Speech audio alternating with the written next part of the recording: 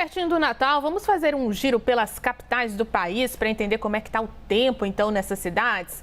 Vamos começar pelo Mato Grosso do Sul, Campo Grande. Olha só, céu limpinho, máxima de 33 graus hoje, vai fazer calor. A mínima foi de 22 graus. A chance de chuva, apesar desse céu sem nuvens, durante a manhã e durante a tarde. Mas na noite de Natal, o céu deve ficar apenas nublado, sem pancadas de chuva.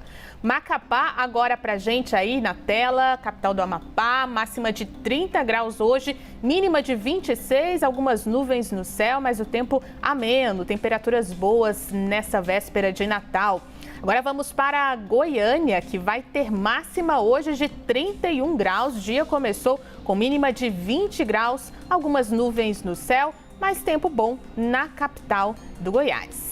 Agora, em Salvador, Nordeste, destino ali bastante aguardado para quem vai passar aí as férias, e o descanso, máxima de 28 graus em Salvador, mínima de 26 graus. Na capital da Bahia não deve chover, dia bom para aproveitar um passeio com algumas nuvens no céu. Agora aqui em São Paulo, a gente vai abrir agora as imagens, algumas nuvens no céu. Já começou hoje com termômetros marcando 21 graus. A máxima é de 33, vai fazer calor, aquele tempo abafado. Há possibilidade, inclusive, de pancadas de chuva durante a tarde e à noite, chuva forte, hein? Nos próximos dias, tem que ter cuidado. Em Brasília, capital do país, máxima de 29 graus, mínima de 19. A gente confere agora imagens ali do centro de Brasília. Dá para ver daqui Esplanada dos Ministérios, pouca gente por ali, poucos carros, pessoal aguardando então momento de folga na capital e na região central de Brasília. Falando sobre o tempo, agora a gente vai saber como é que fica o tempo nessa noite de Natal, qual que é a previsão para a virada do ano. Eu vou conversar agora com o meteorologista da Notos, Alexandre Nascimento, que já aparece aqui comigo. Bom dia, Alexandre. Obrigada pela participação. Olá, muito bom dia, Juliana. Bom dia a todos. A gente já fez um passeio, Alexandre, por algumas capitais. Eu te pergunto onde é que a gente vai ter uma noite de Natal, então, de céu limpo, para as pessoas aproveitarem aí, talvez, o ar livre para ceiar ali com os familiares. Olha, essa é uma pergunta bastante difícil de responder, mas o mais difícil não é por conta, de ter ou não ter a chuva. O problema é que nessa época do ano, e especialmente entre a tarde e noite, é muito difícil não chover, a não ser que você esteja, por exemplo, ali no interior da região Nordeste, até mesmo em algumas áreas do interior do norte do país, nessa época do ano ainda não é aquela época que chove bastante. No entanto, a gente está aí sob o domínio de fenômenos que têm dificultado a estabilidade ou o comportamento da chuva ser o padrão da época do ano. Então, a gente tem aí possibilidade sim de que em vários pontos do Sudeste, do estado de São Paulo, dos estados do Centro-Oeste e até mesmo dos estados do Sul, de não termos chuva durante a noite de hoje. Tá? Isso não é para todas as áreas, obviamente, mas a gente está aí com pouca instabilidade sobre o Brasil, como se espera que esteja no final do ano. É normal, por exemplo, no ano passado, nessa época do ano, a gente estava com tempo fechado, uma chuva constante e até um certo friozinho. E esse ano, como vocês noticiaram aí, praticamente todas as capitais que mostrou o tempo aberto, temperatura superando a marca de 30 graus com certa facilidade, aí isso favorece aquela chuva em forma de pancadas, que normalmente acontece entre o meio da tarde e ali o comecinho da noite. E aí, mais para a hora da ceia, a situação é mais tranquila. Agora, a situação de São Paulo, queria te perguntar, Alexandre, como é que tá? Porque ontem a gente teve alagamento por aqui, pancadas de chuva bastante fortes ali no fim do dia. Essa é a expectativa para os próximos dias também? Também. Ontem foi um dia um pouco mais, vamos dizer assim, um pouco mais delicado, porque tinha um sisteminha passando por alto mar, temperaturas altas, como você já bem citou, e também o ar quente e úmido que chega da Amazônia. Então aí o choque de todos esses ingredientes, vamos dizer assim, terminou provocando a chuva de fortíssima intensidade. Inclusive, eu moro na Zona Sul, choveu bastante, vários relatos de queda de árvore, inundação, Então é uma situação realmente a gente está vendo as imagens aí de ontem à tarde. Isso pode se repetir sim, né? Mas eu acredito que com menos intensidade, exatamente porque, né, o sisteminha que passou por alto mar já está bem afastado da costa, está mais para o lado de Rio de Janeiro e Minas Gerais do que realmente para São Paulo, né? A gente terminou tendo no pré-natal, né, essa condição um pouco mais instável.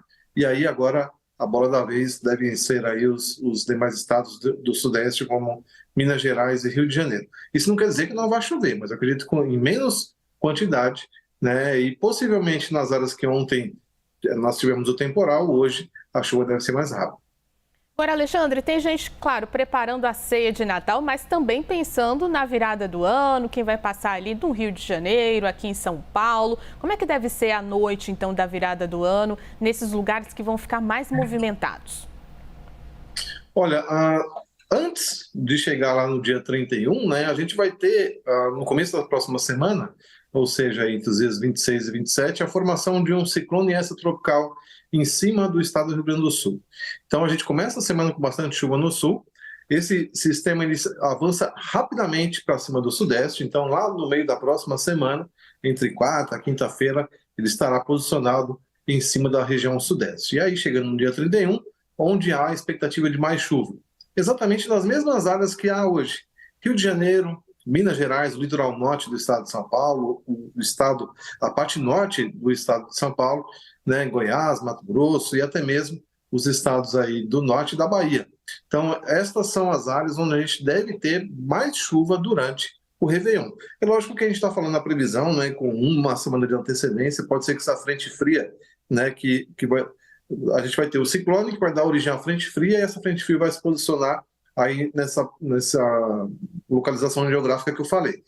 Como ainda tem uma semana pela frente, pode ser que ela esteja um pouquinho para lá, para cá, a gente vai alinhando isso ao longo dos próximos dias. Mas, em princípio, né, no dia 31, a gente livraria o sul e até mesmo os estados de São Paulo e Mato Grosso do Sul, onde é mais normal chover, né, em um ano de El Niño. Então, a gente está aí com o El Niño combinado com outras variáveis, de tal forma que o posicionamento preferencial vem aqui mais para cima da região central do país, tanto hoje, né, quanto daqui a uma semana, ou seja, no Réveillon. Alexandre, a gente começou então essa semana o verão, a gente viveu ondas de calor durante esse ano, o ano mais quente aí das últimas décadas.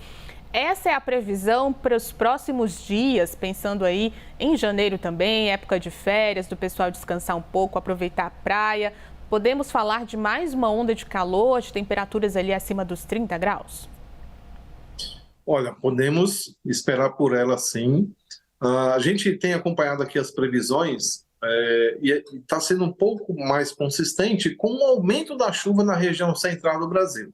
Mas isso não quer dizer que venha uma condição como no ano passado que eu citei, né, que era aquele tempo que o agricultor chama de invernado, né, o tempo mais fechado. Esse ano vai ser mais difícil essa condição durante muitos dias seguidos.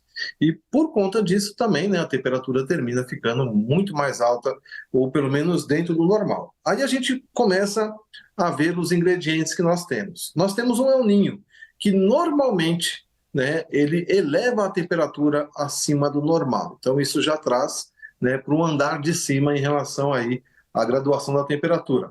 E não podemos esquecer que estamos aí, né, sob o domínio das mudanças climáticas, né, que em média também eleva a temperatura. Ou seja, Juliana, de forma prática e rápida, sim, nós podemos ter aí, em média, temperaturas bem acima do normal. E isso quer dizer que, com facilidade, a gente chega à marca de 30 graus em praticamente todo o país, né?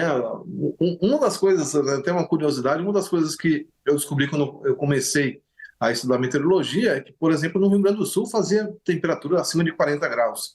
Então, quer dizer, em todo o Brasil a gente pode ter aí temperaturas elevadas sob o domínio de todos esses ingredientes que eu falei.